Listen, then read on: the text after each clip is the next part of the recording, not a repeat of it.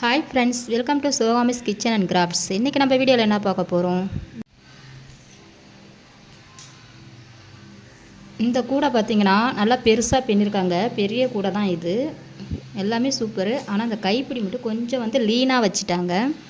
இந்த கூடைக்கு ஏற்ற வெயிட் வச்சு கைப்பிடி தூக்கினா ஸ்ட்ராங்காக இருக்குமா என்னன்னு தெரியல, கொஞ்சம் டவுட்டு தான். அது இல்லாமல் பார்த்திங்கன்னா இந்த கைப்பிடிக்கு கொஞ்சம் சரியாக கட்டலை பாருங்கள். இந்த ஆட்டம் ஆடுது பாருங்கள். இது வெயிட் வச்சு தூக்குனா கண்டிப்பாக பிச்சுக்கும். அதனால் இப்போ இது நம்ம ஸ்ட்ராங்காக கட்ட போகிறோம். ஒயர் வச்சு எக்ஸ்ட்ரா ஒயர் வச்சு ஸ்ட்ராங்காக கட்ட போகிறோம். பாருங்கள், உள்ளாரெலாம் நல்லா பின்னிருக்காங்க. கூடலாம் ஓரளவுக்கு நல்லாயிருக்கு. கலர் காம்பினேஷனெல்லாம் நல்லாயிருக்கு. இப்போ இதை நம்ம சரி பண்ணி தான் நம்ம கடையில் கொண்டு போய் கொடுக்கணும். இந்த கூடை பார்த்திங்கன்னா கோயம்புத்தூர்லேருந்து ஒரு சிஸ்டர் பின்னி அனுப்புனாங்க. அவங்க நெல்லிக்காய் கூடை ஒரு 5 கூடை பின்னி அனுப்புனாங்க. அது கூட எக்ஸ்ட்ரா இந்த கூடை இதை விட ஒரு சின்ன கூடை 2 கூடை எக்ஸ்ட்ரா பின்னி தான் நமக்கு அனுப்புனாங்க. இந்த கூடை கொஞ்சம் பெரிய கூடை. இது பார்த்திங்கன்னா சிவன் கண் கூடை தான். இது கூடை நல்லா தான் பின்னிருக்காங்க. ஆனால் கொஞ்சம் வளவலன்னு இருக்கிற மாதிரி இருக்குது.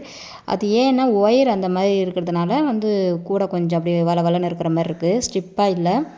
இன்னொன்று பார்த்திங்கன்னா இந்த கைப்பிடி ரொம்ப ஒல்லியாகவும் இருக்குது. இந்த கூடையை நல்லா அகலமாக பெருசாக இருக்குது. அதுக்கேற்ற கைப்பிடி இல்லை. இன்னும் ஒரு 4 ஒயர் உள்ளே வச்சு கைப்பிடி போட்டிருந்தாங்கன்னா நல்லா பார்க்க பார்வையாக இருக்கும். மார்க்கெட்டில் போய் நிறையா காய்கறி வச்சு வாங்கி ஒரு வெயிட்டை வச்சு தூக்குனாங்கன்னா இந்த கைப்பிடி கண்டிப்பாக பிஞ்சு போயிடும். ஏற்கனவே ஒரு கூடை அப்படி தான் வேறு ஒரு சிஸ்டர் பின்னி அனுப்பி வாங்கிட்டு போயிட்டு ஒரு வாரத்துலேயே கூடையோட கைப்பிடி பிஞ்சு போச்சு. நம்மக்கிட்ட ரிட்டன் கொடுத்துட்டு புதுசாக ஒரு கூடை வாங்கிட்டு போயிட்டாங்க. அதுக்கு பதில் அது உள்ளே ஜாயிண்ட்டு போட்டு ஒயர் வச்சுருக்காங்க போல் கைப்பிடிக்கு. அதனால் அது சீக்கிரமாக பிஞ்சிருச்சு.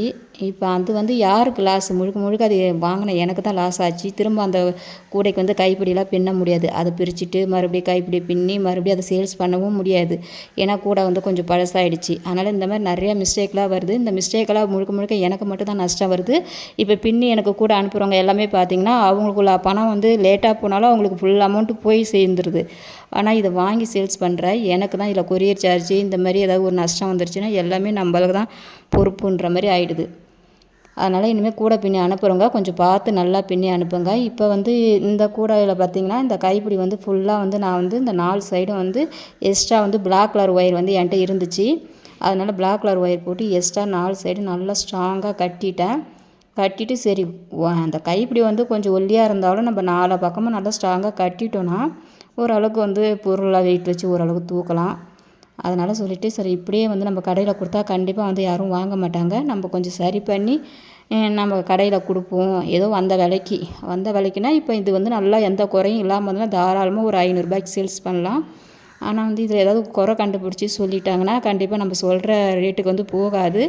அதனால் ஒரு 50 100 குறைச்சி தான் கொடுக்குற மாதிரி வரும். இப்போ 500 கூடனா இது தாராளமாக 400 சொல்லலாம். 400 சொன்னாலும் கைப்பிடி இந்த மாதிரி இருக்கிறதுனால மெயினே ஒரு கூடைக்கு அடியும் கைப்பிடியும் தான். அதுவே சரியில்லைன்னும் போது அவங்க எப்படி நம்ம சொல்கிற ரேட்டுக்கு வாங்குவாங்க. அதனால் இது 300 கொடுக்குறியா? அதே அந்த எல்லாம் ஒரே ரேட்டு தான் கேட்பாங்க. கூட அகலமாக இருந்து என்ன பண்ணுறது? நம்ம கைப்பிடி ஸ்ட்ராங்காக வச்சு ஒரு பொருளை தூக்கிறதுக்கு வேணும்ல, அதுதான் இல்லையே. இனிமேல் இது பிரிச்சுட்டு பின்னுறதுலாம் ரொம்ப கஷ்டம். இது ஏன் சொல்கிறேன், ஒரு வீடியோவாக போடுறேன்னா யாரையும் குறை சொல்கிறதுக்காகலாம் நான் சொல்லலை.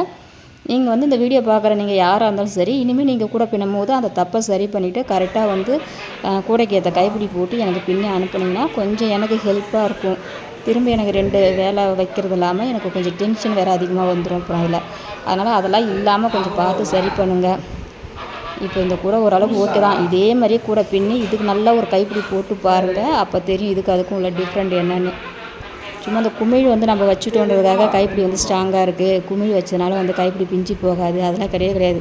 இது கூடையை பார்த்திங்கன்னா தெரியும் நல்லா கைப்பிடி வளவலன்னு எவ்வளோ இதாக ஆடுதுன்ட்டு. அதனால தான் இப்போ 4 பக்கமும் நான் பிளாக் கலர் ஒயர் கொடுத்து நல்லா ஸ்ட்ராங்காக கட்டிட்டு இப்போ இதை கொண்டு போய் ஒரு கடையில் கொடுத்தோன்னா கண்டிப்பாக ஓரளவுக்கு வாங்கிப்பாங்க. வீடியோ பிடிச்சிருந்தா லைக் பண்ணுங்கள், ஷேர் பண்ணுங்கள், கமெண்ட் பண்ணுங்கள், மறக்காமல் சப்ஸ்கிரைப் பண்ணுங்கள். தேங்க்ஸ் ஃபார் வாட்சிங்.